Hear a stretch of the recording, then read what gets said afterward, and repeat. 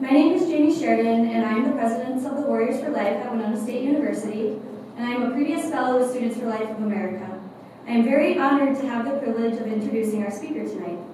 Kristan Hawkins is a Christian, wife, mother, grassroots activist, author, speaker, podcast host, and a human rights advocate. President of Students for Life of America and Students for Life Action, she was recruited in 2006 to launch Students for Life of America's full-time operation. Since then, she has built up a small organization made of a few dozen students scattered around the country to a coordinated national team that serves 1,200 plus Students for Life chapters in all 50 states and has trained over 100,000 young people. Under her leadership, Students for Life exists to abolish abortion by transforming our culture by recruiting, training, and mobilizing this pro-life generation, who are the direct targets of today's abortion industry. No entity has more mind-changing conversations about abortion on campus or online every day than Students for Life. A frequent speaker and media analyst, Kristan's expertise includes abortion, feminism, disability advocate, and healthcare, as she navigates the social conditions and public policy that impacts the human rights issues of our day. She graduated from Bethany College in 2005 with a bachelor's in political science, having already jumped into the pro-life community by founding pro-life groups in both her high school and college campuses. Before launching Students for Life, she served at the Republican National Committee and as a presidential appointee in the George W. Bush administration at the Department of Health and Human Services. In 2016 and 2020, she served on then-candidate Donald Trump's Pro-Life Advisory Council. She hosts a weekly podcast, Explicitly Pro-Life, found on iTunes and YouTube, and published Courageous Students Abolishing Abortion in This Lifetime. She has been interviewed on Fox News, CNN, MSNBC, The Today Show, CBS, ABC, and HBO, and was recently received the title, one of the 4 worst anti-abortion misinformers by Media Matters, a title which she is very proud of. Kristan regularly speaks at pro-life conventions and events across the United States, including leading college campuses such as Yale, Harvard, Dartmouth, and UC Berkeley. Her proudest accomplishment is being a wife to her high school sweetheart, raising her 4 children, and in her free time, building awareness for cystic fibrosis, a disease shared by both her son, Gunnar, and daughter, Gracie. Since launching Students for Life, the pro-life generation has been given a voice in Kristan, and with her help, they are using that voice to demand an end to the injustice of abortion, as well as support for mothers and their children born and preborn. Please welcome Kristan Hawkins.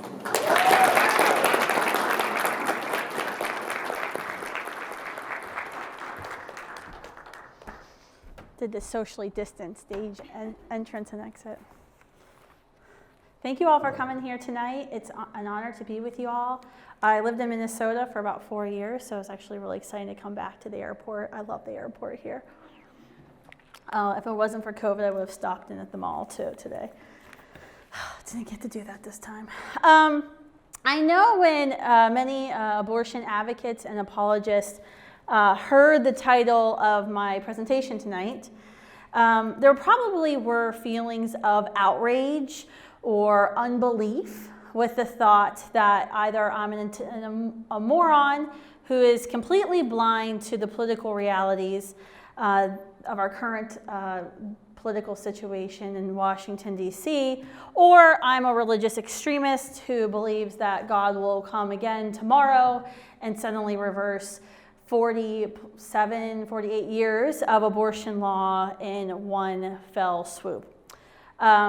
I can assure you that I'm fairly confident that I am neither of those things, but I do still believe that the future of our nation will in fact be anti-abortion. And I know when I say that, that may invoke that phrase, a future that is anti-abortion, may invoke feelings of shame or fear from those who maybe have had or made abortion decisions in your past. So I just want to be very upfront that that is not my intention tonight. Because for those of us who serve in the pro-life movement, many of us have been a part of an abortion decision. And so if you or a friend, you know of someone who needs help who's facing an unexpected pregnancy right now, I would encourage you or to encourage them to go to optionline.org or to text the word helpline to the number 313131 to get connected with someone in the community right here who can help and serve. If you or a friend who's hurting from a past abortion decision, I'd like to refer you to abortionchangesyou.org or abortionrecovery.org to get connected with licensed counselors or healing retreats here in Minnesota and throughout the Midwest who can help you process pain and grief and get you on the path of healing. The political extremism and the theatrics that we're currently watching in Washington, D.C., and that have kept us very busy in the pro-life movement these past couple months, actually proves my point tonight, I believe. After 4 years of anti-abortion policies from the Trump administration, the abortion lobby is absolutely desperate to quickly reverse trends by silencing those whom they disagree with and reverse more than 40 years of policies that have been made at the state and local level to protect American taxpayers from funding abortion in all 9 months of pregnancy, which, by the way, is something that more than 75% of Americans agree with. I actually believe right now what we're seeing is an overplaying of the hand.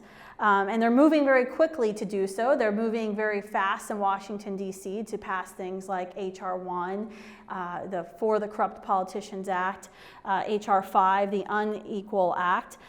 They're working very fast to move to do that because right now President Biden is in what they consider his honeymoon phase, and there's less critical oversight from the mainstream media. But I actually think these actions, these pieces of legislation that are being put up for a vote right now, actually support my thesis that the future of America is anti-abortion. And it has to be.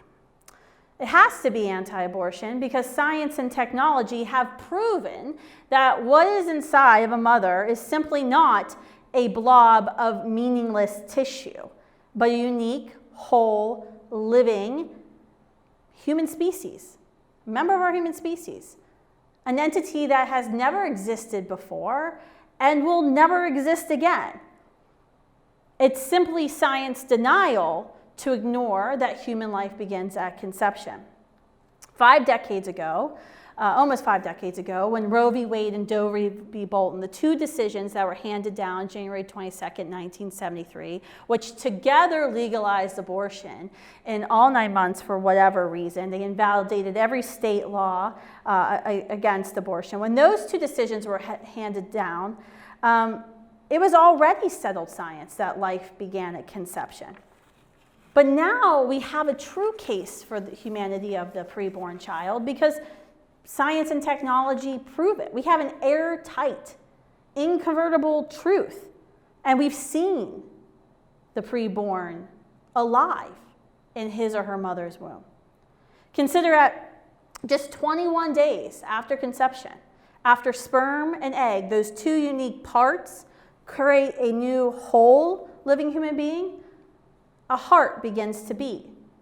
At 6 weeks, after the mother's last menstrual cycle, brainwave activity has begun. Arm and leg bones have formed. Tooth buds are actually forming.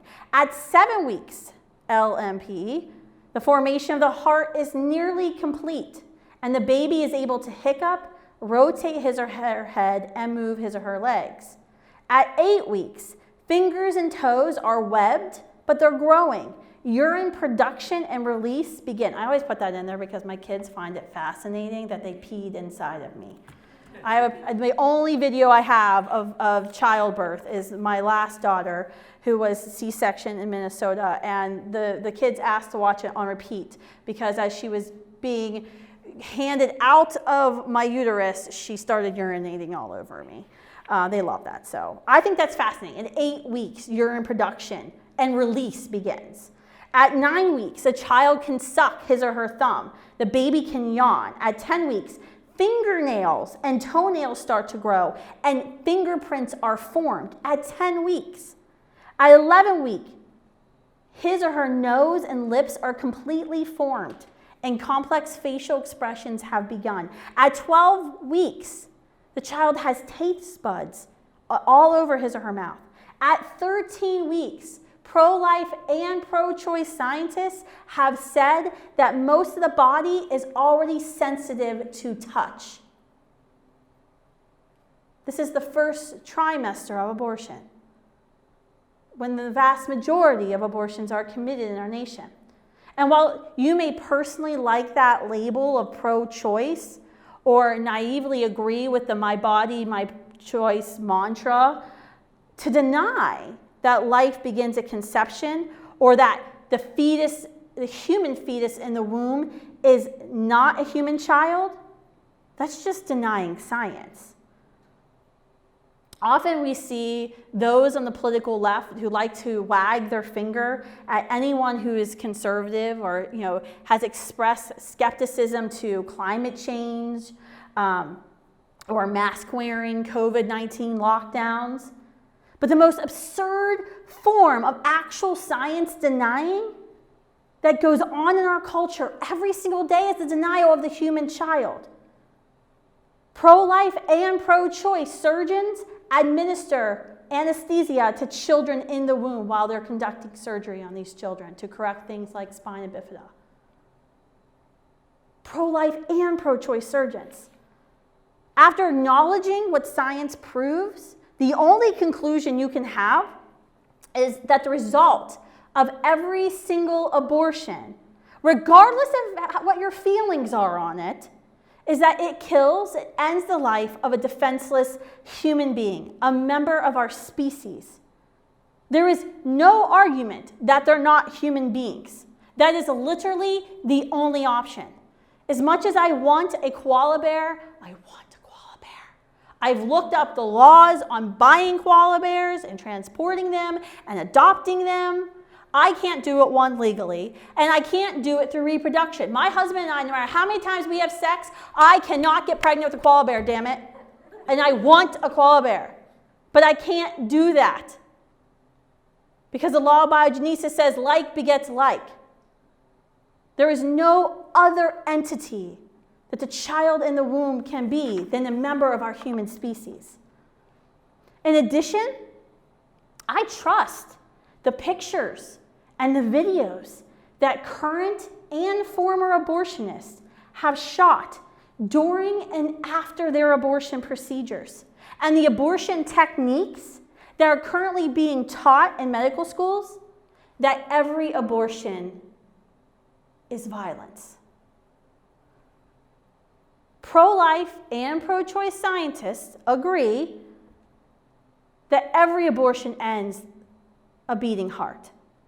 That an abortionist only knows success in his or her job if when he or she enters the room, a beating heart, a heart that was beating, no longer beats.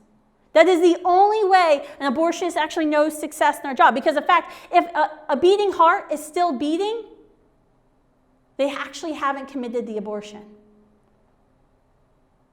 There's no success in their job. But before you or your friends might have expressed support for abortion, how many people actually go to Google and look up what happens during an abortion? The most common type of abortion in the first trimester right now is still a suction abortion. After dilation of a cervix, a suction curette, which is a tube with a serrated tip, is inserted to the uterus. A strong suction, which is 29 times more powerful than a household vacuum cleaner, tears the baby's bra apart, sucks the body through the hose in the container. That's how a suction abortion occurs. That is the most common type of abortion in America today. In fact, I have a friend who, when I lived here in Minnesota, I went down to Des Moines to film her. I met her at a pro-life rally. She, Jocelyn, can't actually go to the dentist. She's had multiple tooth problems. She's had abscesses. She has to go to the emergency room to get them treated. She refuses to go into a dentist's office today because she said every time she goes into the dental office, the sound of the suction, when they put the thing in your mouth to suction out your spit, sounds too much like the machines of the abortion facility. And we actually fundraised so she can go to sedation dentistry to get dental work that she needed done. The second most common type of abortion, soon to be the most common type of abortion in America, is chemical abortion. These are, we call them toilet bowl abortions. The most common form is RU486. It's a synthetic steroid that blocks the hormone progesterone so the child cannot grow, cannot be fed. And then women take, that's the first pill, and then the second pill that women take actually induces contraction and makes them expel the dead body of the child. We call them toilet bowl abortions because the advice from the abortion industry is to sit on the toilet and keep flushing, not to look down as you're passing your child. Unfortunately, a lot of women don't listen to that.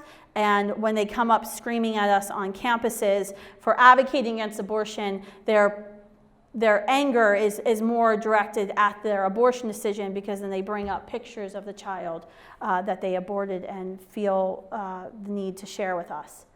In the second trimester abortions, you'll often see a D&E abortion. These are committed up to 18 weeks. Some abortionists will commit them up to 21 weeks. It depends on, and one abortionist recently was commenting that she had to go to the gym to make sure her arms had enough muscle. These are forceps that are inserted into the uterus. They grab and twist the baby's body to dismember him or her, and they start They do the legs, the arms, then the torso, rip the torso from the head, and then they collect all the parts of the child, just like they do after any abortion, suction abortion, making sure nothing is left inside the woman, and then scrape the lining of her uterus to confirm that the uterus is empty and the placenta is gone, the organ that develops to support the child. Late-term abortions today in America do happen. I was actually in an interview recently on Minnesota Public Radio, and I said this, and an abortionist called in who didn't identify herself as an abortionist, but soon was known that she commits abortions, who was arguing with me that late-term abortions don't occur. You can Google people like Dr. William Hearn, Dr. Carhart, Southwest Women's Health Clinic in Albuquerque. There are late-term abortions that happen every day in our country. So I found it fascinating that people try to dispute things that you can Google. But late-term abortions are the most common type of late-term abortion. This is a heart attack abortion. A needle is inserted into the woman's abdomen. The needle is very much similar to the one they use when they're doing testing for Down syndrome or cystic fibrosis in the womb. It's a long needle that penetrates the abdomen. This needle is used, they use ultrasound guided technology. The goal is to insert a chemical into the child that will cause a cardiac arrest. The child will go into a cardiac arrest. It's called digoxin. And the goal is within 2 to 3 days, the child is delivered. It's actually a multi-day procedure in Maryland, near Washington, D.C., where our headquarters is at. Dr. Carhart has a clinic there in Germantown, Maryland, and he also has one in outside of Omaha, Nebraska. And he'll go there for 3 days. They insert the the seaweed to open the cervix. They insert the digoxin into the woman's abdomen to the child. That happens on Sunday or Monday. By Wednesday, the child is delivered dead, and then he literally gets on a plane at Baltimore Airport. We know because we've been on the plane rides with him, and he flies to Omaha, and he does the same thing for 3 days in Nebraska, and he comes back to Maryland. This happens every single day in our country. I believe that our future is going to be anti-abortion. Because I actually believe our generation cares about human life. We actually believe that human life matters, and we're not afraid to act on it. All too often, I hear from those who advocate for the violence of abortion that somehow the pro-life movement's inability to act against every human atrocity occurring means that we're not allowed to have a voice or speak out against the violence of abortion. That is like deeply flawed logic. No one could advocate for every single human rights atrocity that's happening and be effective at their job. But this is the actual premise that the pro-life movement has had for nearly 50 years, that human life matters. It's pretty simple. That's really what we believe. And it's actually a message that I believe our culture is quite starving for. In midst of the mandated COVID shutdowns, we've seen an epidemic of children and adults committing suicide because they're isolated, they lack a sense of purpose. Cyberbullying in our country is out of control. Political polarization is at its absolute worst.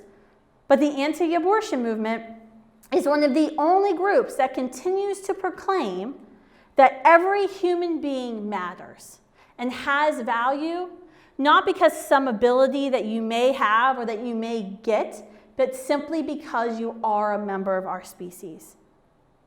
You don't get value based on, whose vagina you came out of in life, how much money your mother had.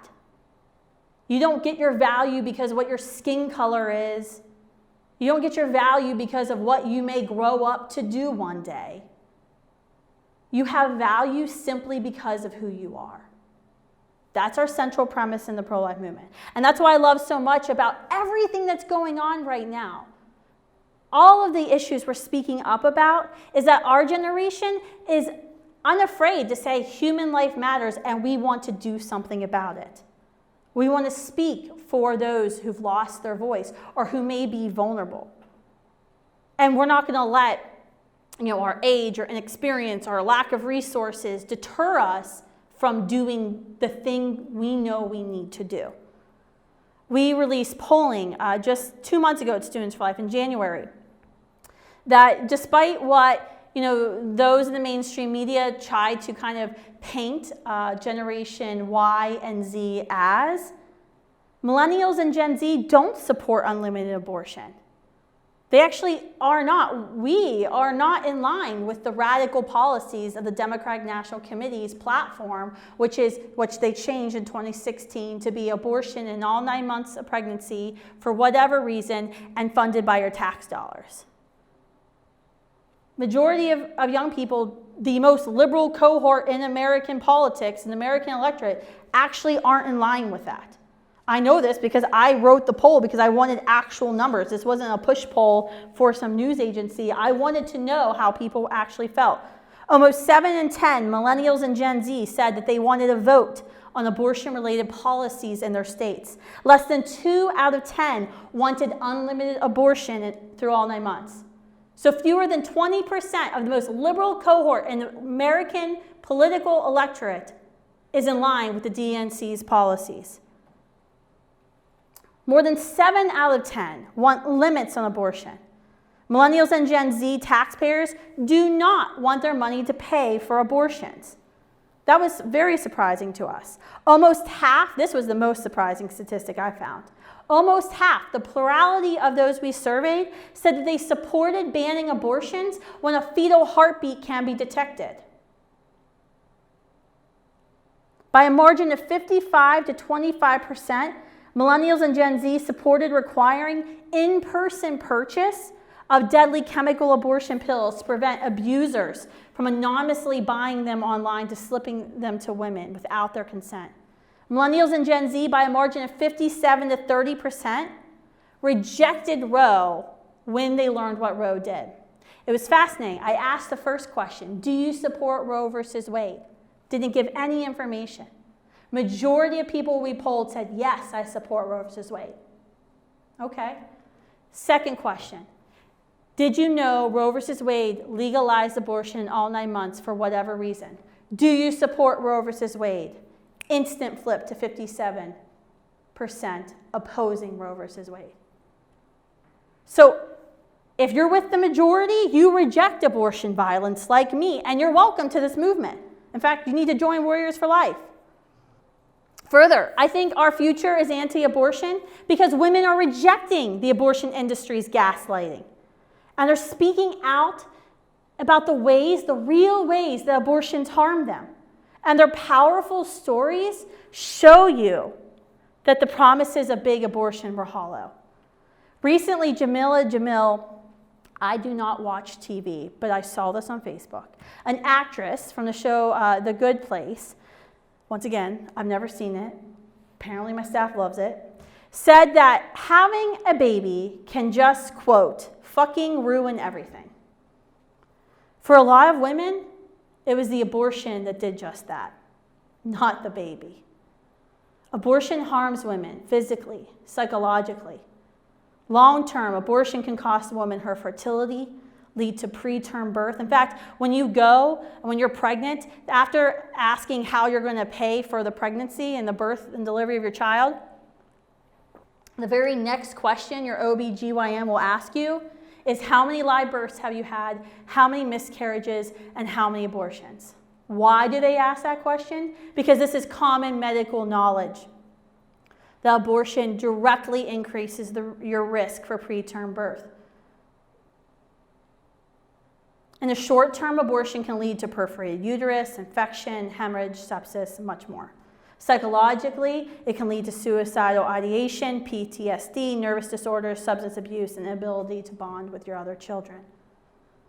Abortion is not great for women. You don't have to believe me. You can go to NIH, National Institutes for Health, go to their PubMed, the kind of place where you can go read all the different medical journals. You can put in the word abortion, and you will be overwhelmed with studies here and abroad. And to be honest with you, I usually read the studies from abroad because the American studies tend to be a little polarized.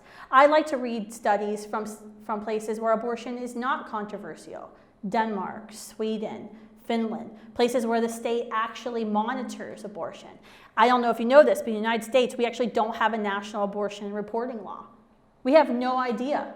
States aren't even legally required to say how many abortions are committed or what's happened to the woman after an abortion.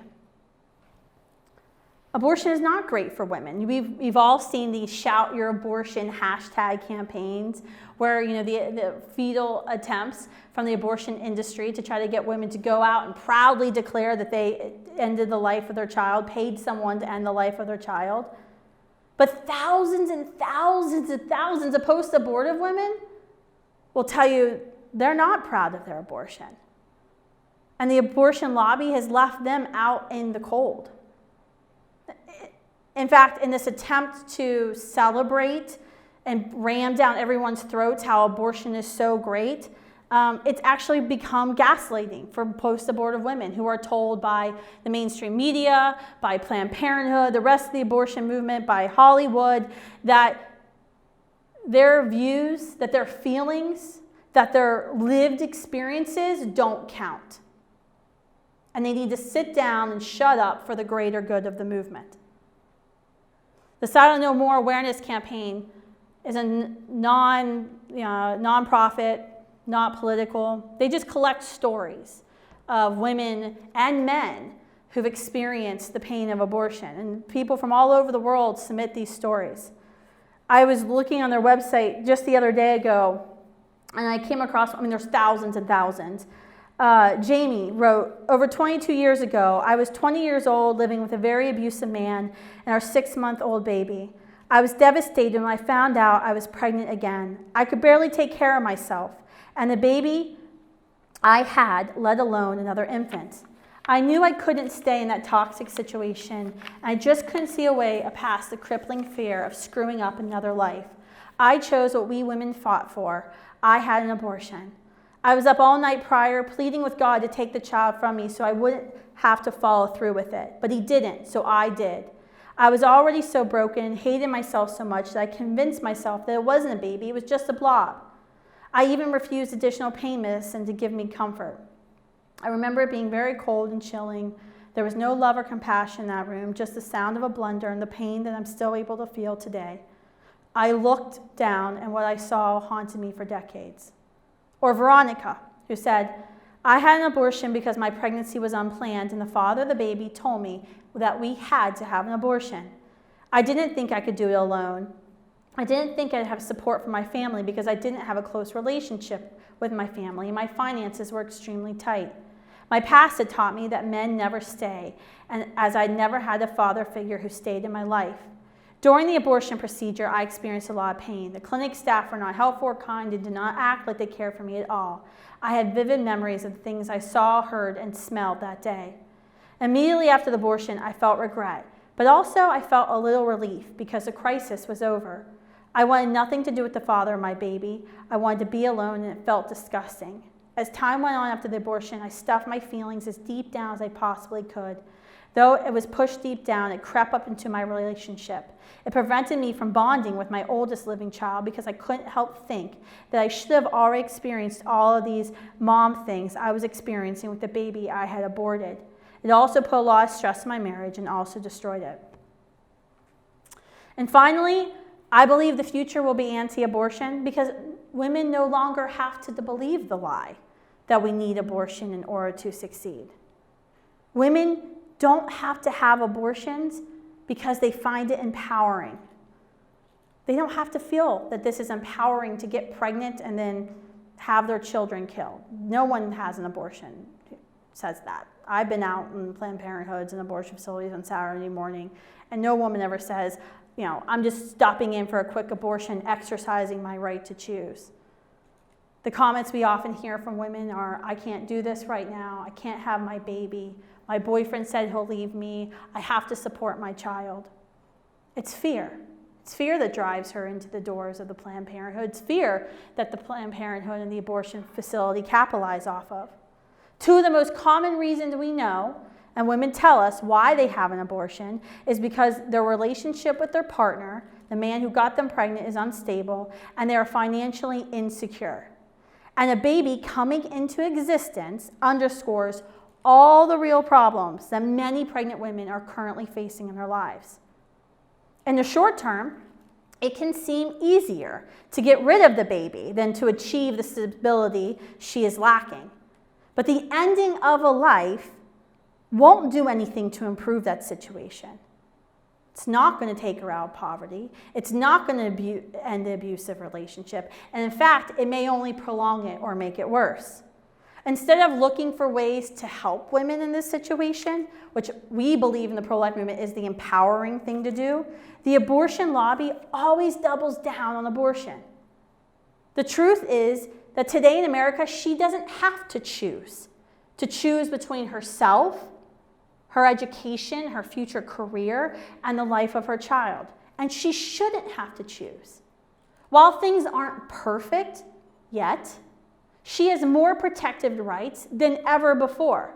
She has a society who supports and doesn't condemn single motherhood if the father refuses to man up. There are thousands of pro-life pregnancy centers and maternity homes established across the nation dedicated to serving her that vastly outnumber the number of abortion facilities in our country. The real people putting these resources together in communities to create tangible solutions and networks are, in fact, the pro-life advocates. We're the ones finding ways to provide housing and childcare and emotional support, medical care, material assistance, job placement, parenting classes, and connections to other resources. Women often themselves will say that even having a child, a baby, that was unplanned, in a bad situation, they ended up in a better situation after the birth of their child because of the connections they made, because the help they received from the local pro-life community. Now, I know when I speak about the future being one without the right to legal abortion, it can seem very scary to many. In fact, I actually believe this is the biggest failing of the pro-life movement and the biggest challenge we have for those of us who advocate against the violence of abortion. It's not that we have to do a massive re-education of folks about biological development, because we've all seen an ultrasound. Many of us have seen or Googled the gruesome reality of the abortion facility.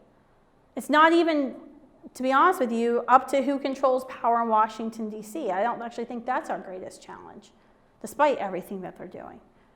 No, I actually think the greatest challenge and the biggest failing of our movement has been the lack of awareness of resources available to women in communities across America who are facing unwanted pregnancies. For these women are told time and time again that abortion is this quick fix to a problem that they're having. And I will have to admit, it's kind of, to me, it feels like The first time when we were living here in Minnesota, my husband and I got this really cool idea that Billings, Montana was only 12 hours away. So we were going to take our kids to Yellowstone. And my daughter was only 3 months old. Yes, we are crazy. And so she was number 4. And so my husband got a backpack for my son. I had baby Bjorn for my daughter. You know, I'm a type A personality, so I made all the lists. We were doing paleo, so I had every lunch, breakfast, dinner, snack, everything we were going to eat, had it all written out what we were going to have, what I needed to bring, the special spices I need to get at Whole Foods, because there's no Whole Foods near Yellowstone, in case you want to go and get, there's no Whole Foods or Trader Joe's. It's like a couple hours away in Bozeman. So I made this whole list. I figured out how much underwear, socks, diapers, wipes. There were 6 people. It was a lot of freaking packing, okay? I mean, it was like multiple pages of Word document lists. I did like everything possible to make the trip as like painless, because I knew it was going to be painful, but as painless as it could possibly be. But there was one thing. I mean, I even bought a DVD player for my kids. That was before everyone had iPads, because I thought that would work. They ended up breaking. I had to get new ones in like North Dakota and Montana. But I did everything. But I didn't do something super simple that would have taken me 30 seconds, that would have cost me, I don't know, 20 cents of ink maybe. I failed to print out a map for my children. I have 2 children at the time who were reading, the other 2 weren't, and I have one child, my oldest, who, God love him, is just like me. And so he needs to know where we're going at all times. All I need to do is print out a little map of our house in St. Paul, where we were going in Billings, where we were going into Yellowstone, put little like stars, rectangles, where we were stopping for a pee break, when we were going to have lunch. It would have saved me thousands of "Are we there yet?" Thousands. I do it for every trip now. But I didn't do it. And I paid dearly for that stupid mistake, rookie mistake. I feel like that's kind of how we are in the pro-life movement. That we have this vision in the pro-life movement that we've come to deliver, that we are going to make abortion unthinkable. We're going to make abortion illegal. We're going to abolish abortion. And we see it in our mind's eye. And we know this is something we have to work for, because we agree with science. We agree with technology. We've listened to the stories of current and former abortionists, of women who've had abortions and men who've experienced abortion. We know abortion is a wrong. It's a human rights injustice that must stop. We are establishing support networks in our communities for women. But I feel like we've failed to print out the map for the rest of y'all, to say, this is what we envision. It's not as scary as it may seem. Come, let's work together to build that. I know it sounds trivial to compare it to, the ending of abortion to a trip to Yellowstone, but I think that's critical. We need a map. It's clear that human life begins at fertilization, at conception. It's clear that every abortion ends a living, whole, unique human being, a member of our species. It's clear abortion hurts women. And there are still lingering questions and justifications for the unknown about getting rid of this legal procedure.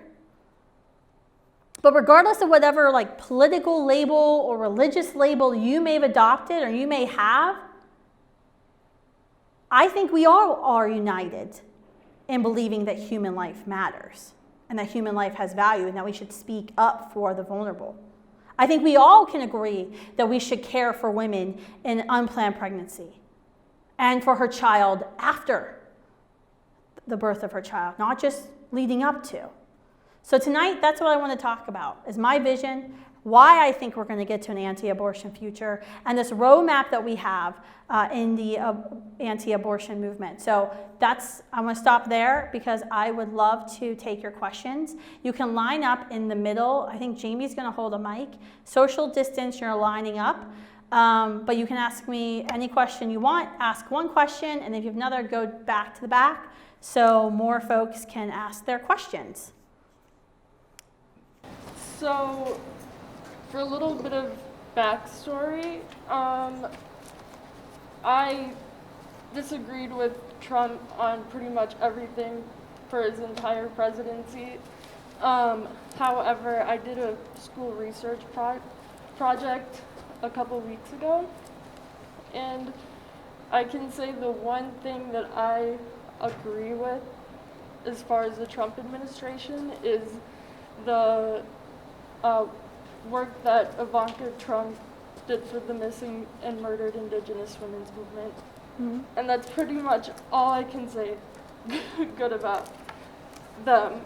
But all that to say this, I'm wondering what you think the best argument is for the pro-choice side.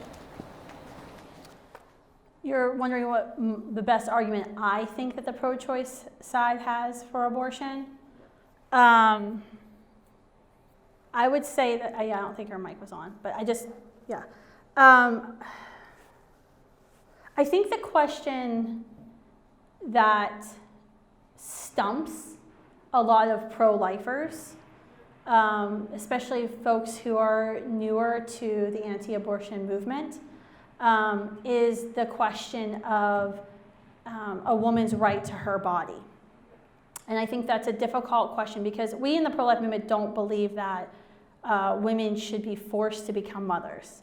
That's not what we're about. We're just saying if a human life is there, that human life deserves equal protection. And that your right to do whatever the heck you want with your body stops when it ends the life of another human being. Because in the natural order of rights, life goes before liberty.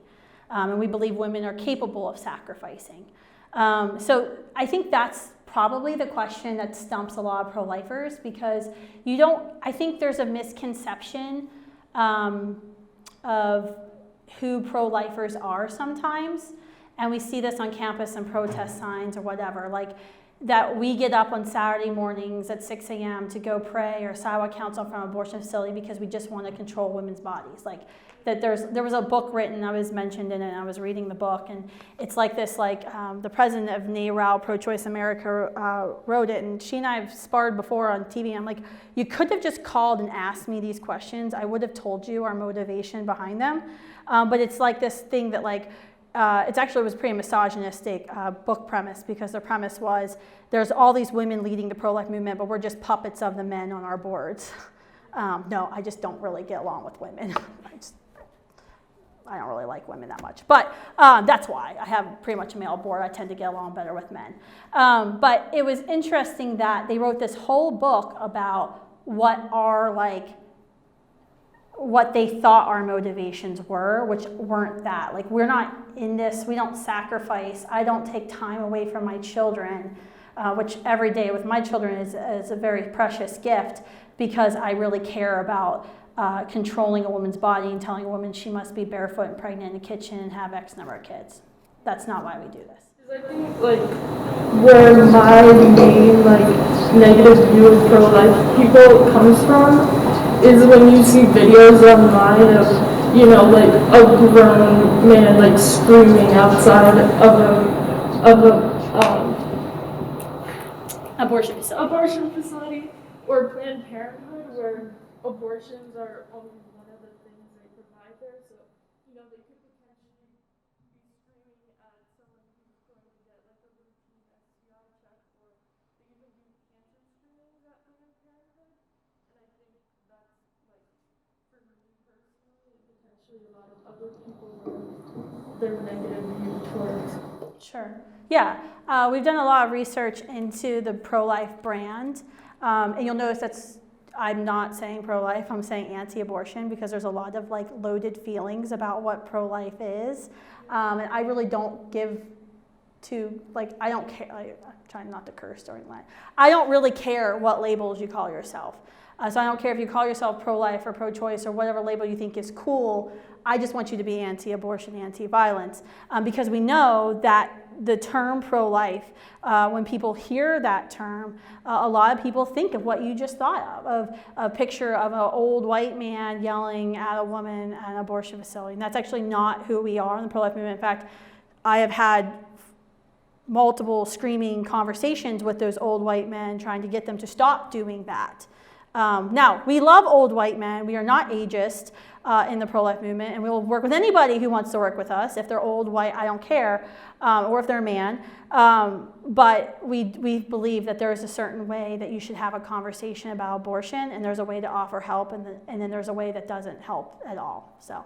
Okay, and then my last question, sorry, I'm holding up the line, but do you think there's any like good excuse for getting an abortion? For example, say a woman, if she were to deliver or like go through birth, could potentially die, so more at risk for that. Do you think that's an acceptable reason? Because if she dies and her child also dies, that's 2 heartbeats that go out instead of 1. Mm-hmm. So do you think that's like a good, like? That's a very good question, and it's one we get asked at every public event. I would say that I'm not saying this about you, but I would say often when we talk about cases of sexual assault, women who survive sexual assault, become pregnant, or women who face in high risk, life-altering situation if they deliver, carry their child to term, deliver their child. Those 2 cases are always brought up in the context of supportive abortion. And every time I've asked somebody who, asked those questions, well, will you work with me to end the 97% of other abortions? Because only 3% of abortions are committed for cases of rape, incest, or life of the mother. No one ever agrees with me to work with me for the 97%. So I find it a little disingenuous when that gets asked all the time, because I feel like it's kind of used as a scapegoat to justify 100% of abortions. But I do want to, because I do think you were sincere, so I want to answer your question. I have some doctors, friends who are doctors. It's kind of weird, by the way, to be friends with your OBGYN. It's awkward. I guess you already have a kind of personal. Yeah, it's a little personal. I mean, I guess like one, after looking at one, they're all the same. And that's how I like to go about it. He doesn't really know. It's weird. It's a slippery slope. But anyway, so Dr. B is a good friend, and he saw me through a couple of pregnancies. He is a former abortionist. And I asked him this question one time of what do you do when you've got a high-risk pregnancy situation, when you believe that a woman carrying to term, going through the stress of actual delivery could actually end her life. And I love the way he put it, because he talks about it as a physician's intent. What is the intent of the physician? There is no medical case out there where, and actually I just did an event at Cornell last week with an OB/GYN who said this. There's no medical case out there today that says you have to go in and stop the beating heart of a child in order to save the life of the mother, or you have to go in and rip a child part by part. What has to happen is she needs to stop being pregnant. And so if that actually comes to that situation, the OB/GYN needs to treat the situation as it really does, is he has 2 patients. The goal is to keep both patients alive. If he can't keep both patients alive, to keep one patient alive. And so what you'll see happen in that situation is an early delivery. Thankfully, with medical technology today, children can actually survive out. I think the youngest surviving preemie, I think, was 21 weeks and 6 days. We actually had one of these young preemies work for us at Students for Life as an intern one summer. It was really cool to see Rachel grown up. I'm like, oh, you're a medical marvel. She didn't really think that was cool to go around talking about that, but it was the same situation, born premature, but killing the child won't save the life of the mother. It's delivering the child. And then what we say in the pro-life movement is, if you have to deliver the child to save the life of the mother, deliver the child. But then have NICU there, have every support there, trying to give that child the chance of life. You may not save that child, especially most of these cases happen it's in the 20th stage. So it's like 20 weeks to 26 weeks is where you'll see these cases perk up. And so you will have children that will be saved, but you will have some children who aren't. But your intent was never to intentionally end the life of the human being. Your intent was to save the life of both patients. Does that make sense? Okay. Thank you. It might just be touchy. So I personally am not anti-abortion or pro-life, and I don't think I ever will be. I just wanted to say, since you want this future to be anti-abortion, What will you do to reform our foster care that has about 400,000 kids and the number keeps growing? Because what are the children who are going to suffer? What are you going to do for them? Do you think there's too many children in foster care that are alive today? There's far too many. I have friends who are in foster care and who are suffering. So do you think they should have their lives ended? I have friends who wish that they would have been. And we would say in the pro-life movement that your friends' lives are valuable and they have meaning, and that we should do everything possible to serve them. And that's exactly what we do. So at Students for Life, we actually have a piece of model legislation that we almost got passed in Virginia last year to transform the state of Virginia's home study process. So if you're going to go through if you want to become a foster parent, or if you want to become an adoptive parent, you have to go something through the home study, and it actually takes a lot of time because the social workers are overworked and often behind. So we presented a piece of legislation to the legislature to allow other agents within the state who've already been entrusted to care for the public, doctors, police officers, firemen, teachers, to go through training and to do home study visits. So we are actively working on that. It's actually part of our post-Roe Blueprint for America, is helping to reform the foster care situation and the adoption situation in our country, because we don't believe any of those 400,000 children should be waiting for a home. And we'd love to work with you on that. I would also like to say I was listening to what you were saying, and you were mentioning that many women do regret the abortion and that it's only used to empower women. My aunt personally had an abortion because she couldn't take care of a child. She could not financially, she could not, and she didn't want to. She didn't want to go through the pain and the tearing and everything of birth. So she had an abortion, and she has 2 beautiful girls right now, and she is happy, and she decided to make that decision for herself. What do you think of that? I feel sympathy for your aunt, that she felt that she had to choose to pay someone to end the life of her child in order for her to be successful for her life. And I actually think that's a failure of our society, to tell her that she needs to make that decision and she needs to be in that choice, because I don't think any woman should ever again have to feel like she has to choose to end the life of her child intentionally in order for her to put food on the table or to achieve whatever goals she set out for herself. I disagree, but thank you.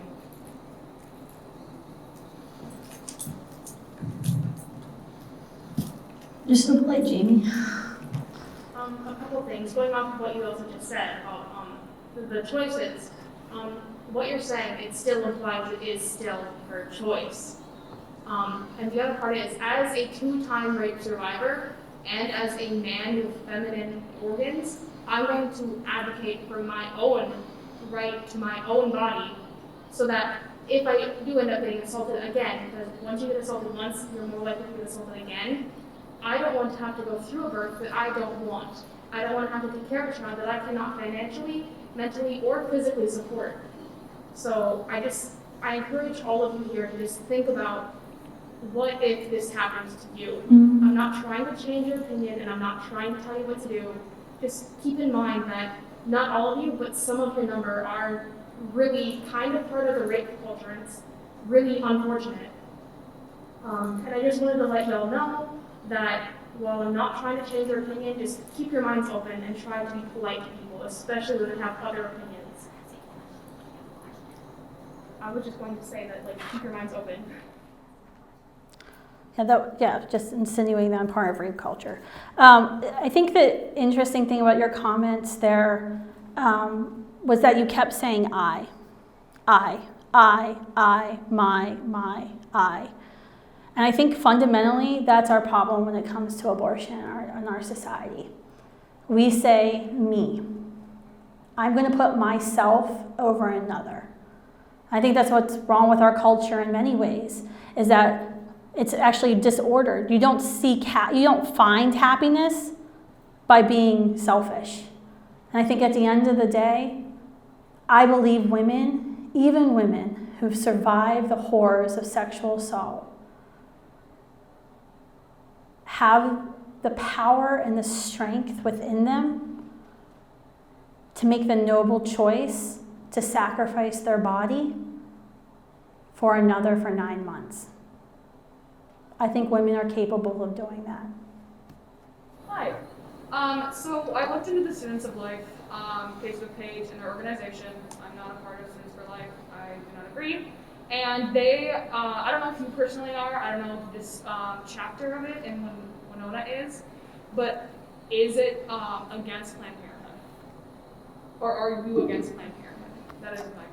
Absolutely. Planned Parenthood commits 350,000 abortions every year with our taxpayer dollars. There's no other single entity in America that ends more lives every single day than Planned Parenthood. About 972 children every single day are ended inside of Planned Parenthood doors. So yes, I think Planned Parenthood, and that doesn't even go about the founding of Planned Parenthood. It was founded by eugenicists, racists, but yes, I think they should be ended.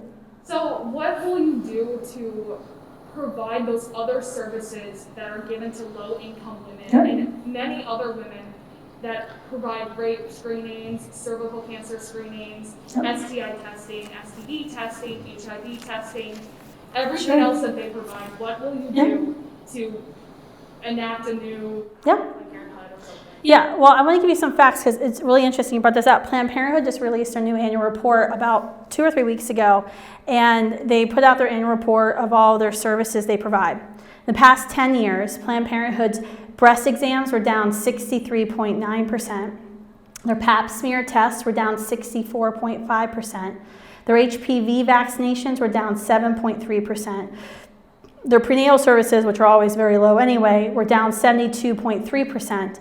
The one number that was up, abortion, up by 7.7%. And there was a direct correlation with the number of tax dollars they've received in the past 10 years, along with the number of abortions. So I actually don't think we need Planned Parenthood. In fact, if every single Planned Parenthood would shut down tomorrow, my goal, every federally qualified health center that's called an FQHC that's already federally funded would only have to see 2 more patients per week to make up for the 2.1 million patients that Planned Parenthood has. Federally qualified health centers are already funded by the Department of Health and Human Services.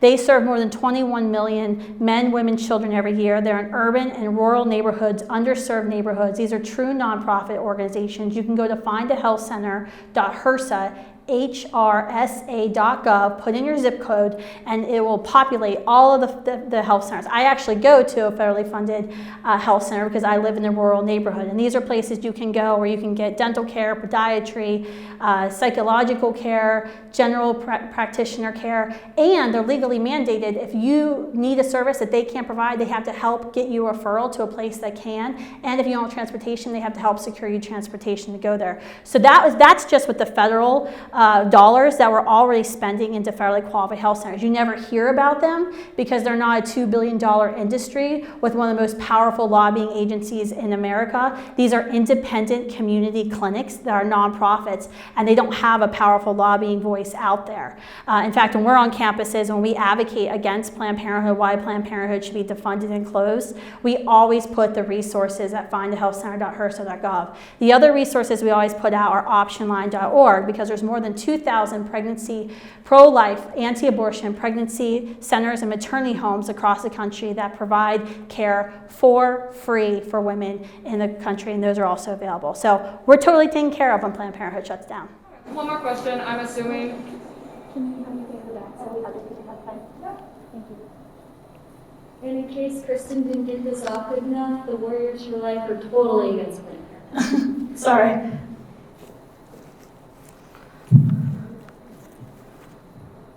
Hi, Kristan. Thank you for coming out. I am pro-life, and I agree with you that in a circumstance of pregnancy or an unwanted pregnancy, that terminating the life of that child is immoral. Like besides religious beliefs and all that, it's just immoral. So my question is, to those women and men put in those circumstances where they're like impoverished, don't really want the baby, or sexual assault, things like that, what your advice would be to those women and men about how to make the situation hopeful, or like what, just like what advice you would give to them going through with a moral decision to save a life? Yeah, I think that some of the basic tenets are beyond the horrific case of sexual assault. I'll deal with that tragic situation separately. If you don't want to get pregnant, don't have sex. It's actually really simple. Or don't have heterosexual sex.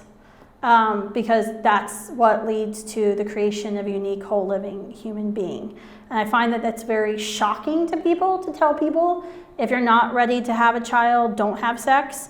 But sadly today with birth control culture, we've kind of convinced ourselves that like we can just take these fake hormones that alter the way our brains and body function and it'll be all cool, and it's not. Half of women who have abortions say that they were actively using birth control when they got pregnant, so obviously they're not foolproof. So if you don't want to have to risk having a 18-year-long parental relationship with another human being, just don't have sex with them, and that will solve your problem at the beginning. And I fully believe everyone is capable of that much self-control. But hey, if you want to have sex, go for it. No one in the pro-life movement is limiting how much sex you want to have, but just be ready for like the natural consequences if you're engaging in heterosexual sex. I would say that when a woman is faced with an unplanned crisis pregnancy, you don't have to become a parent. You don't have to give up yourself for 18 years to parent a child, because we realize that is a financial and emotional burden that you will have. And some days you will want to ask yourself, why the hell did I go through this? And why did I put myself through this? There is always the option of adoption. And I think that is a woman who places her child with an adoptive family. I can think of nobody else who should be more lauded as a hero in our society than her. To give of her body, to sustain another human being for 9 months, to birth another human being, to form an deep emotional, natural attachment to another human being, and then to say, I can't give you what you need, or I may not be ready to give you what you need, so I'm going to find you a family who will. Because that's never going to go away. I have many friends who are birth mothers who still long for their child, who know they made the right decision, but still long for their child. And so I would say for women who are unready or not willing to become a parent, no one is forcing you to become a parent. We are asking you to make a noble sacrifice for the life of another human being. Because as mentioned earlier, there are fundamental truths, and one of those is that life always supersedes liberty. And when you get those things messed up, you get things like Dred Scott. Life is always supersedes liberty. So I would say you don't have to become a parent. For women who are survivors of sexual assault, I can think of no greater tragedy that could befall my own daughter or my sister or my mother than to be violently raped. And as I said earlier, no one is forcing women, and we certainly in the pro-life movement, our motivation is not to force women to become mothers and to totally transform the cultural paradigm that we're living in. And I think we should be willing to do everything possible to help women overcome the trauma of sexual assault. But I think that doing everything possible stops when you ask me to end the life of another human being. Because I wouldn't go and end the life of the rapist. I couldn't do it. If my daughter was sexually assaulted or someone I loved was sexually assaulted, I don't think I could pull that trigger. I am against the death penalty.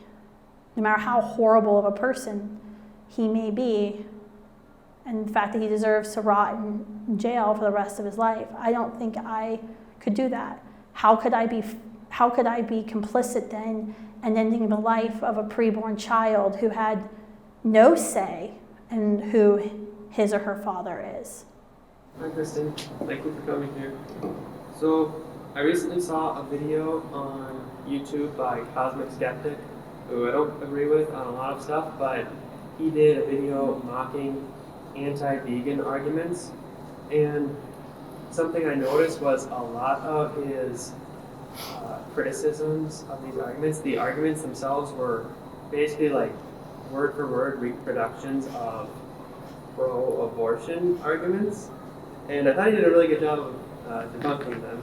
But anyway, I understand that you can make an argument separating humans from animals, but could you elaborate on how your pro-life views on not killing the preborn correspond with or diverge from vegan philosophy on not killing animals? And do you think the pro-life movement could take advantage of these parallels?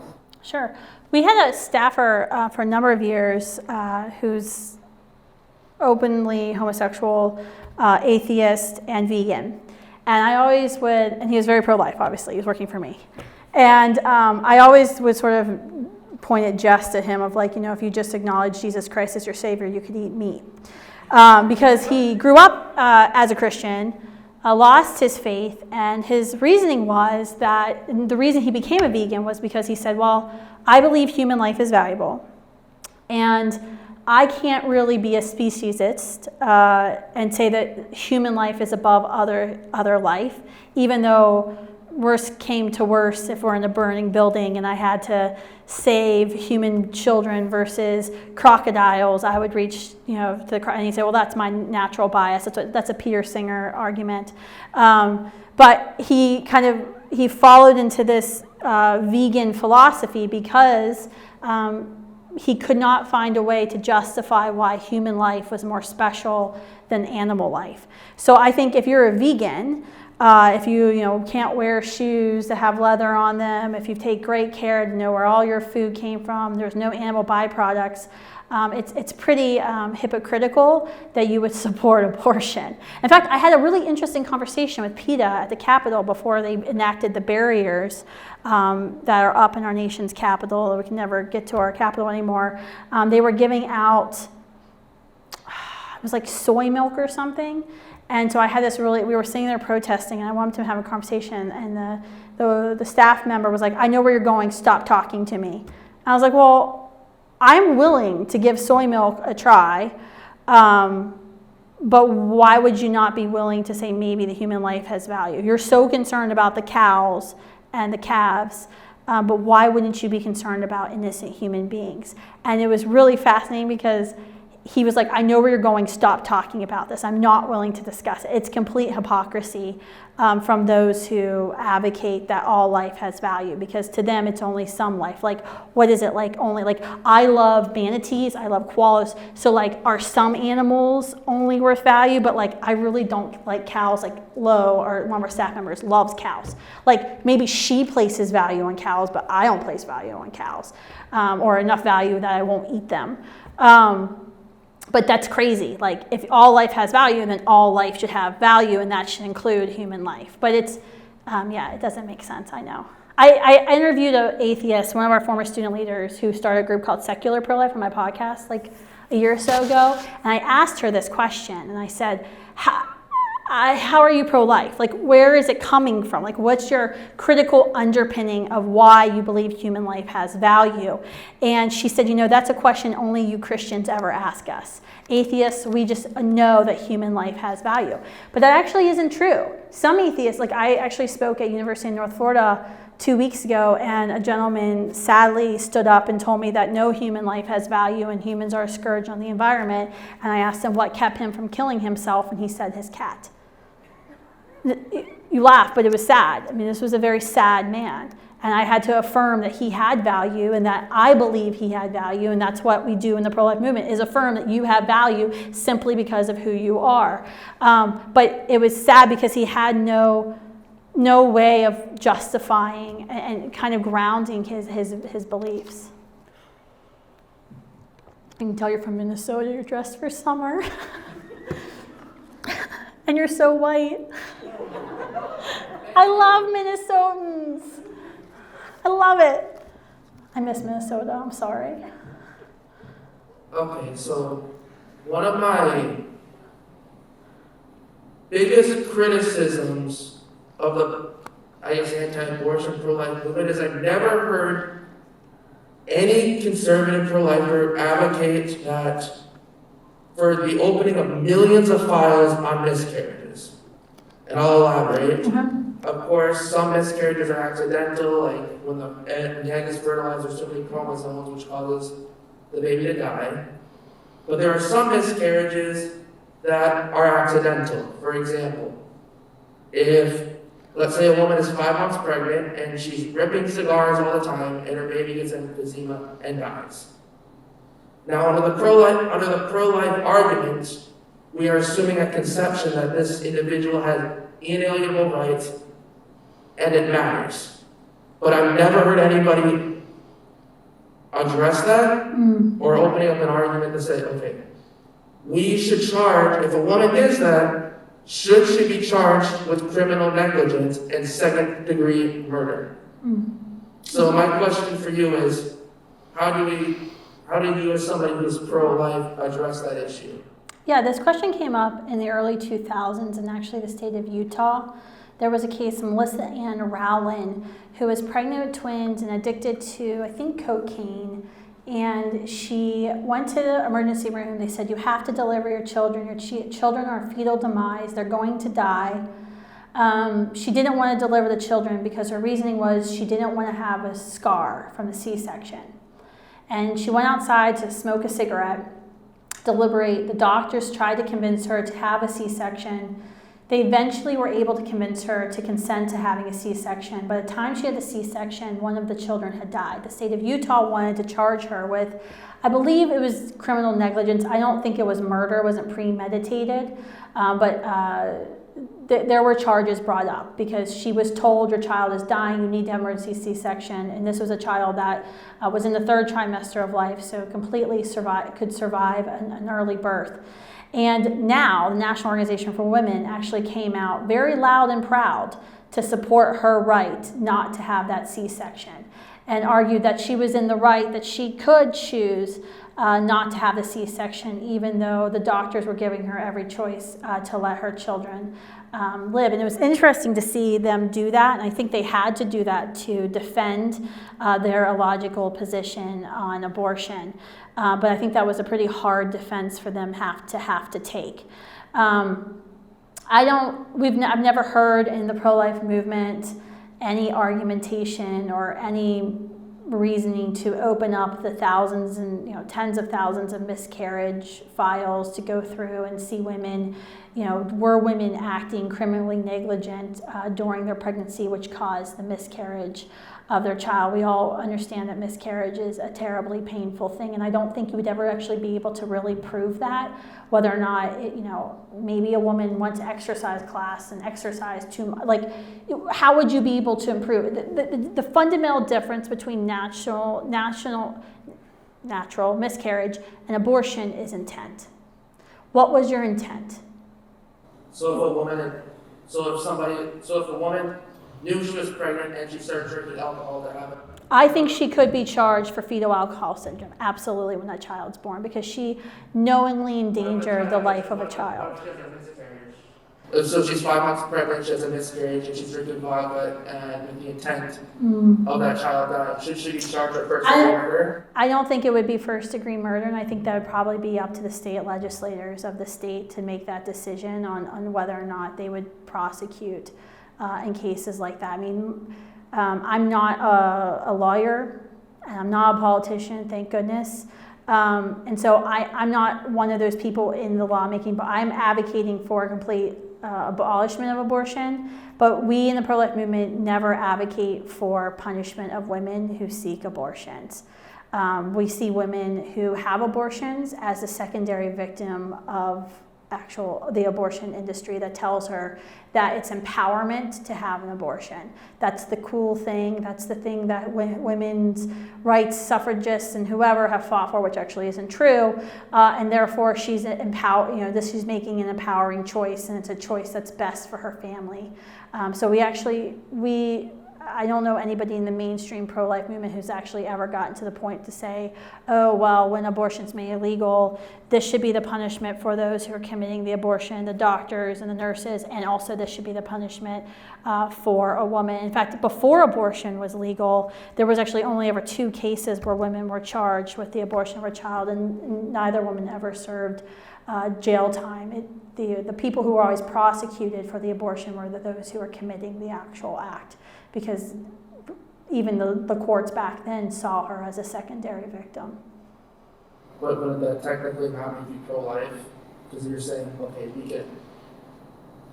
if we assume that this human matters at birth, I mean not at birth, at conception, and you kill it and you kill it, then that is technically first degree murder because we would say because I'm not really sure. I mean, would you, in your ideal society, would you put women in jail for having an abortion? Well, is that considered an abortion or is it considered a miscarriage? Well, I would, abortion is, yeah, an abortion is an induced miscarriage. So like we've actually started hearing Planned Parenthood use terms like induced miscarriage. That means an abortion, but they know the word abortion has negative top of the mind polling results, even with the most liberal people. So now they're stopping to use, they're not using the word abortion, they're using the word induced miscarriage. So it is like the same thing. It's about intent though. I mean, I think that would be very difficult to ever go back to prove that a woman was drinking with the intention to end the life of our child. Now, we've been able to prove that men, for example, that's something that we're very concerned about, is the rise of chemical abortion in our country, mail order abortions, with the Biden administration so excited about, that men are purchasing these drugs and slipping them into women's drinks and causing abortion. There have been men now that have been prosecuted with criminal abortions, illegal abortions, depending on the state, of conducting abortions without consent. Well, before I start, I just kind of want to have a little PSA to everyone in the room that there is a philosophy class, Philosophy of Sex and Love. It's actually a really interesting course, and I encourage anyone in here to take it. You learn a bunch of cool stuff about kind of what we're talking about tonight. I actually need this up because I feel like weird. Perfect, thank you. Just out of curiosity, what has the anti-abortion movement, what are their priorities for like the rest of the world? Just besides the United States, do you do anything outside of the US as of now, or do you have any plans? We focus, I mean, our organization is Students for Life of America, so we kind of focus in America. We have a sister organization in Canada that we work and mentor with. One of our former student leaders leads that organization, and then we have a coalition of organizations, youth pro-life organizations across the world that we're a part of and that we're happy. We're kind of the largest anti-abortion youth organization in the world, so we kind of just mentor other groups, and they come to our events, and we share strategies and messaging and things like that. Sure. And so what kind of resources, I did some research before I came up, and there have been case studies where in certain areas of the world, the scientists provide sexual health awareness, like condoms and stuff like that, to certain areas, and the abortion rates actually went down, and they also made like abortion accessible and legal. The abortion rates actually went down, and this has been repeated many times.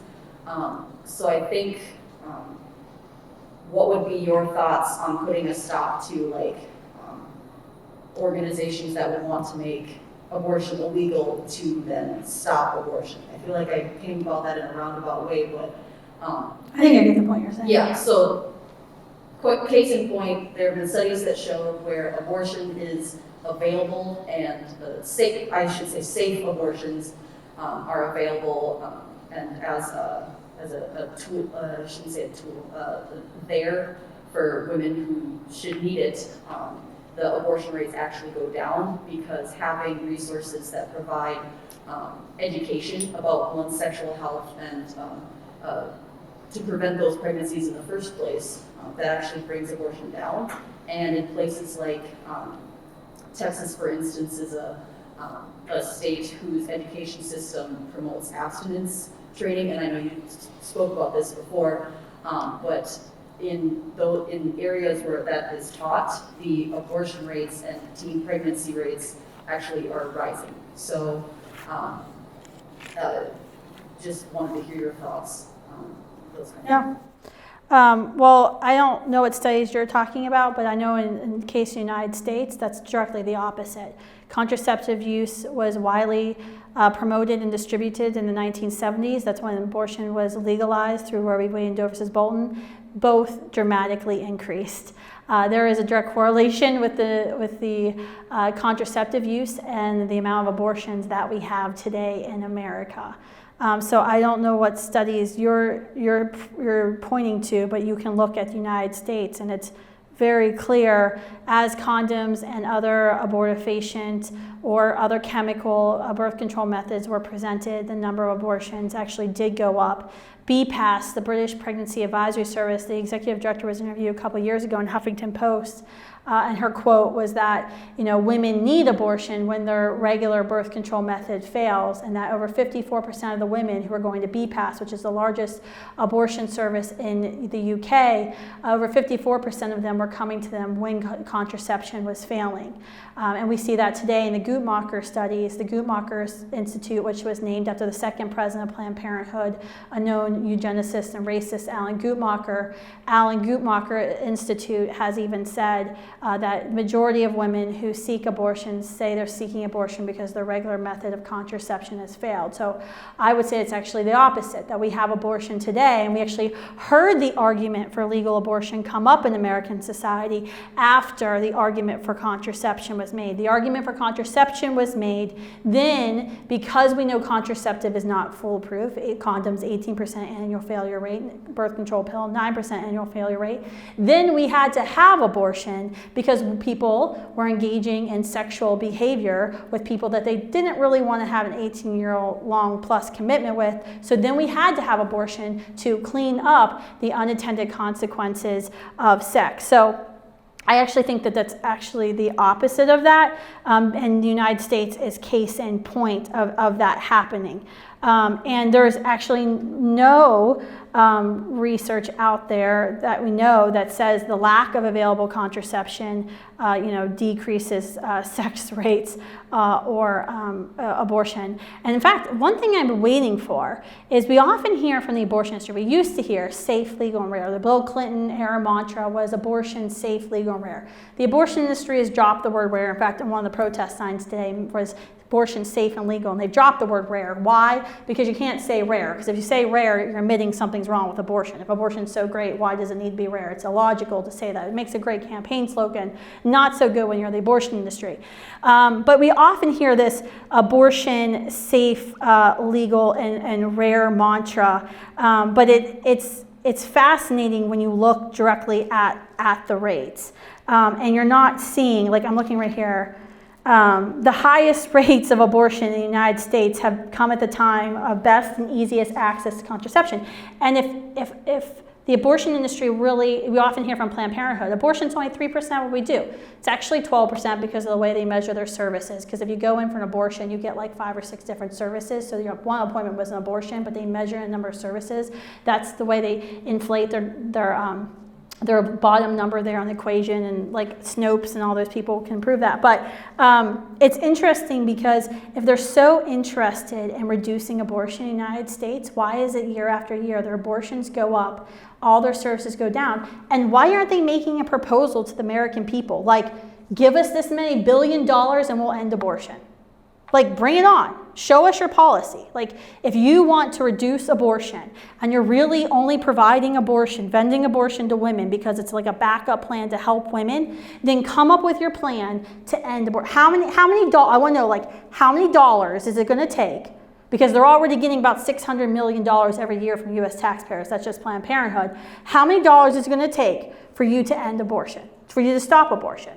If you're just providing abortions for fun, and just to be helpful, let's just get rid of it. But you never ever hear that argument from the abortion industry of, if we had this many dollars, if we did this and this, there would be no abortions. You don't hear that from the abortion industry because abortion is crucial to what it is they do. And their own, Planned Parenthood's own annual report actually proves, like, all their other services go down year after year after year, yet abortion's the only thing rising. In 2010, there was an interesting study being done at the Department of Health and Human Services that President Obama's administration actually put the squash on. They were doing this was a peer-reviewed research study of sexual risk avoidance, abstinence-based education, and it was 25 peer-reviewed studies that were ongoing. They stopped them in the middle of the process because the Obama administration defunded all SRA training. But it was interesting, the results when they stopped the program were that teens were more likely to, after having SRA training in school versus comprehensive sex ed, teens were more likely to delay sexual initiation. If they were sexually active, they were more likely to discontinue or decrease their number of sexual partners, and that the teens were no less likely to use a condom if they engaged in sex outside of a committed relationship. There were 43 of these studies going on that showed early stage positive attitudinal impacts before the Obama administration shut them down in 2010. So I actually think that sometimes the things that we hear from the abortion left aren't actually the facts. Hi, Kristan. I know Students for Life does a lot with advocating for paid parental leave and things like this.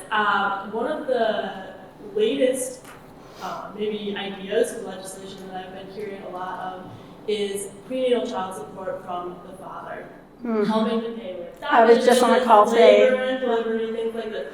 And so I think just with the theme of tonight, the future is anti-abortion, you're talking about the blueprint for post-Roe America.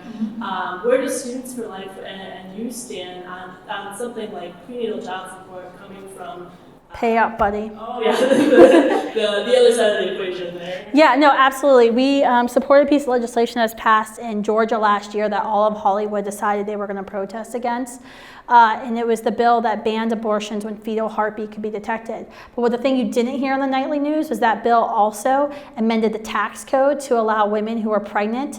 It's really quite a shame. Like when you get pregnant, you don't get the tax credit until your child comes out of utero. It's really quite frustrating, especially for people who have children in January, just let me tell you that.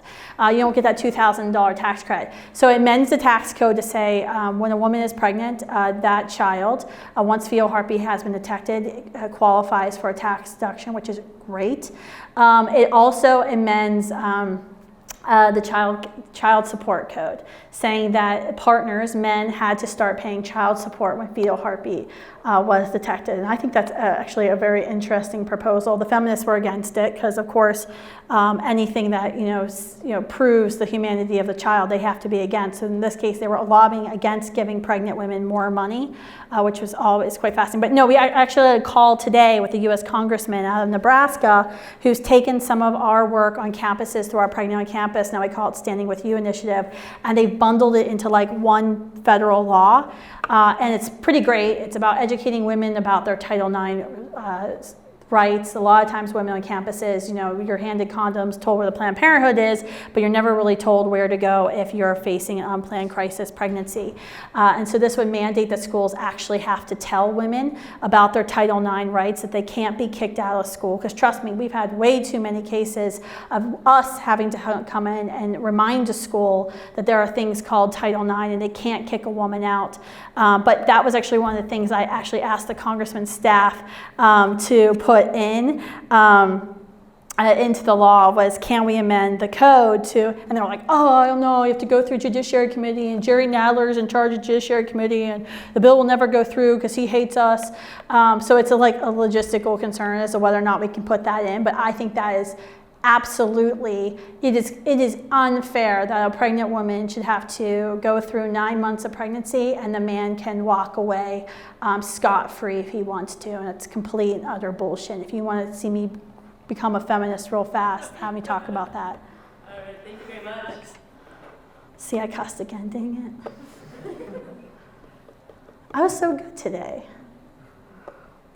That's why my podcast is explicitly pro-life, because no one believes I can go through a whole show without cursing. But I've been doing really good. I just wanted to ask real quick, why don't we ever hear much about, in the pro-life movement, about fertility clinics and discarding all those? IVF clinics? Yeah. Is that your question? Yeah. Okay, so yeah, because if we can't convince someone that a 9-month-old child in the womb is a human being deserving of rights, I'm gonna have a really hard time convincing them that a human embryo or zygote who's 5 days old is deserving of rights. And so I think it's kind of like a pragmatic thing of why you don't hear the pro-life movement actively talking about IVF. We do at Students for Life talk about, in fact, we just had like a blog about it up, I think like last week, right, Jamie? About IVF. Yeah, we had a video. We just released a video. Dr. Monique Rubro talked about that. She talked not only how the IVF industry preys upon women, and there's actually natural ways that are more effective, NAPRO technology, which is way more effective than IVF in treating infertility and doesn't require creating human beings and freezing them and screening them, discarding them for research or just in the trash can.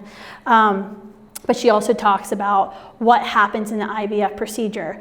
I think it's something that there needs to be more education upon because I think there actually are some pro-lifers, and I've met many pro-lifers who don't understand what happens in the IVF clinic and how a human embryo is created in those clinics and how what happens in those clinics are eugenicism every single day. Children like mine who have CF, so when I was going to the University of Minnesota for care when I was pregnant with my second son, the geneticist walked in. She didn't know I was pregnant. My husband and I knew I was pregnant, and we were still kind of dealing with that diagnosis because my husband was adamant after my first son was diagnosed with CF that we weren't going to have another child. And I was like, okay. I was pregnant, and the geneticist walked in and was saying, oh, I'm part of your care team. I'm here to help you. And I, was like, oh, so how can you help me and my son?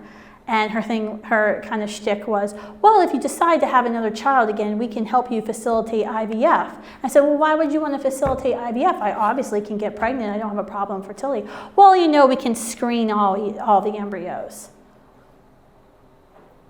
While my son was sitting there. What she was telling me is that my son is a genetic anomaly and that he could have been screened out of existence, that we didn't have to have Gunnar. I don't think I've ever wanted to physically punch somebody so much in my entire life than that comment.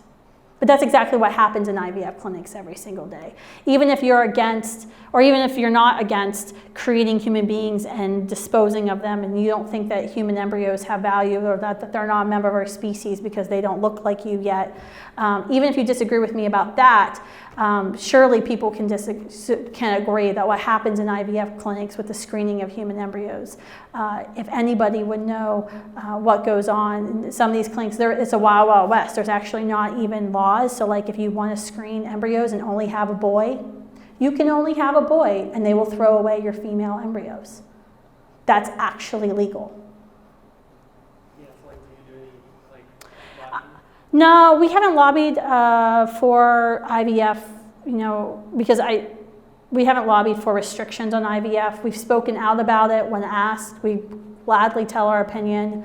I've written op-eds about it. I've spoken about it publicly. But like I said, I focus my time on trying to end the atrocity of abortion. I don't think when abortion is made illegal in majority of states, it's not like our work is going to be done. There's actually a whole culture of death out there, and there's so many people who are vulnerable that we're going to have to speak up for, sadly.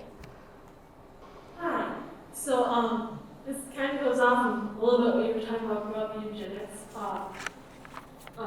Little background. I'm autistic. I went through total hell and discrimination because of that.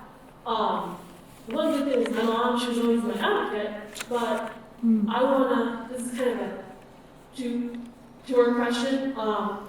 What about cases such as your child with cystic fibrosis or Down syndrome where it's more severe, I'm high functioning, cases where their quality of life may be harder, or it might just be burdensome to the parents to have to care for them, especially if they don't know how long their lifespan is, if it could just be a couple years or months after birth, like those sort of more harder disability cases.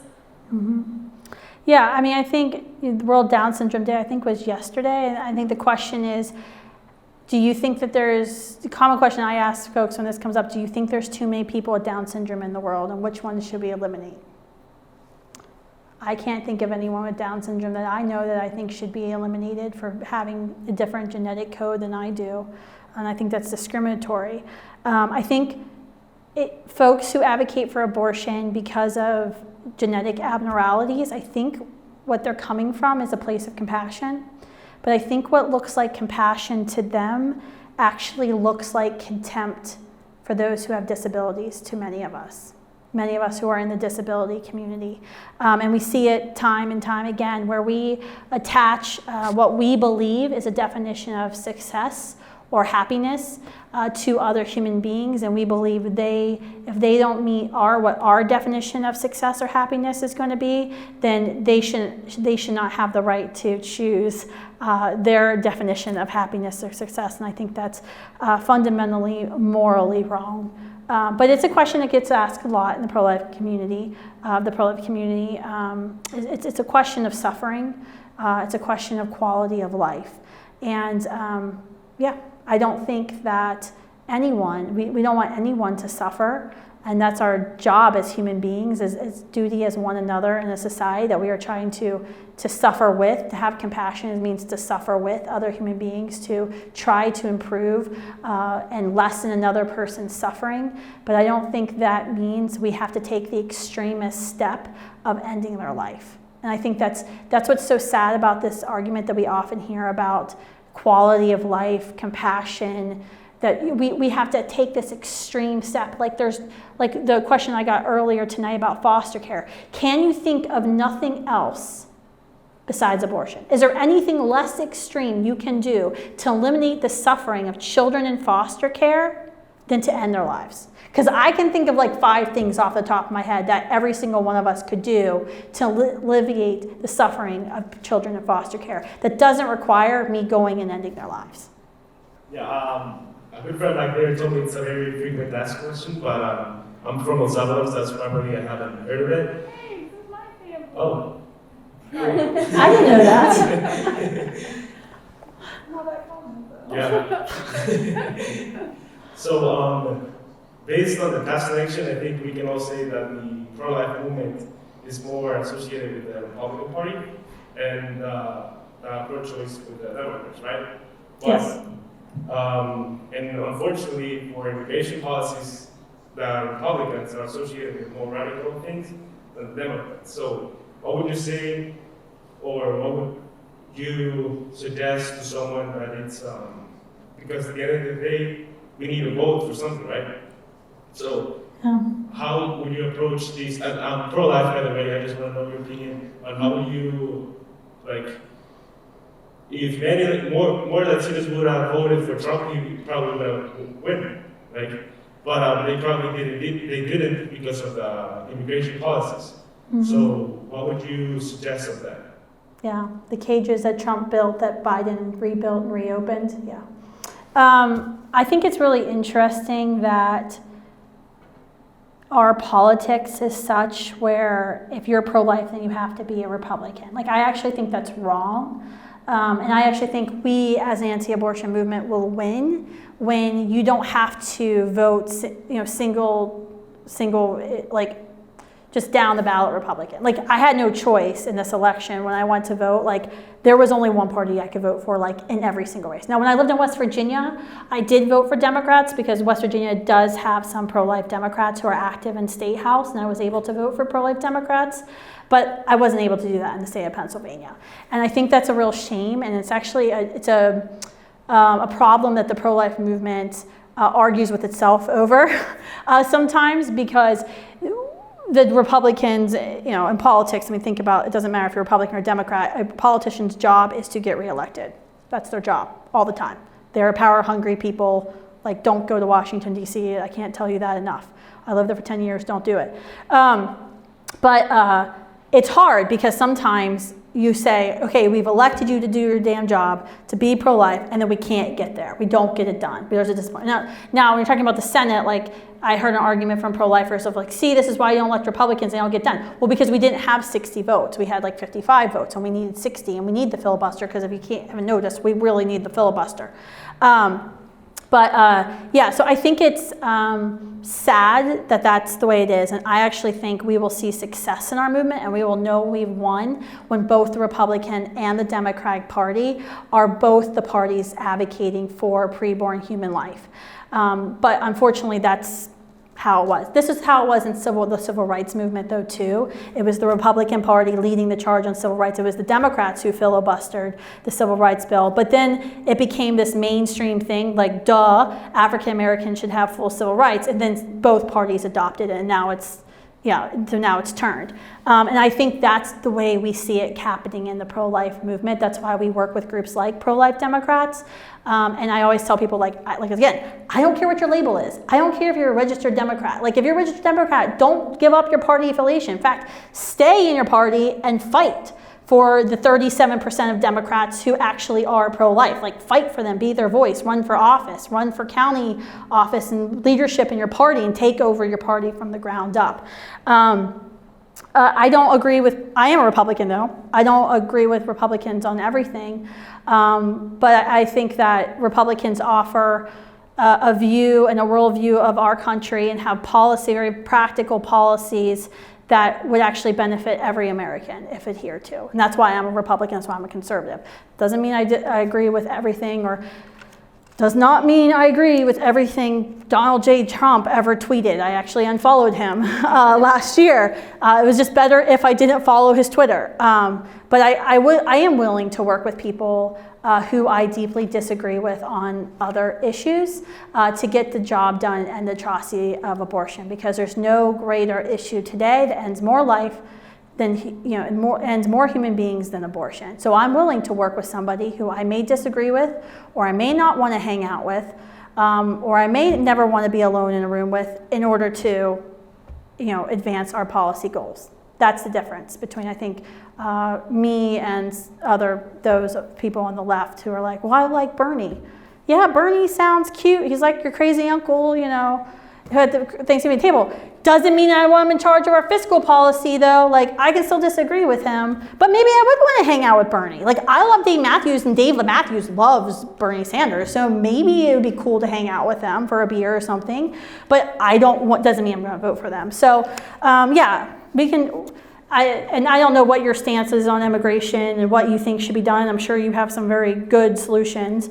But I think that there's varying degrees of that in the Republican and you don't have to look very far in the Democratic Party to hear Dianne Feinstein and other Democrat leaders talk about why we need a wall and why we need border security.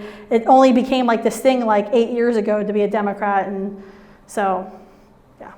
But I could talk all day about immigration policy, but I won't. But and the funny thing is too, is at our organization, Students for Life, like, we actually disagree on a lot of issues. Our comms director and I sparred one time about immigration on his Facebook page, because he was at this march in Chicago, and I commented, and then I had all these people comment like, oh my gosh, are you gonna fire David? And I was like, no, I think he's wrong, but I'm not gonna fire David. Like, we still work together to make our nation anti-abortion, but we deeply disagree about immigration policy. Thank you. Thanks. Thank you guys for coming and listening. I really appreciate it. Have a great night.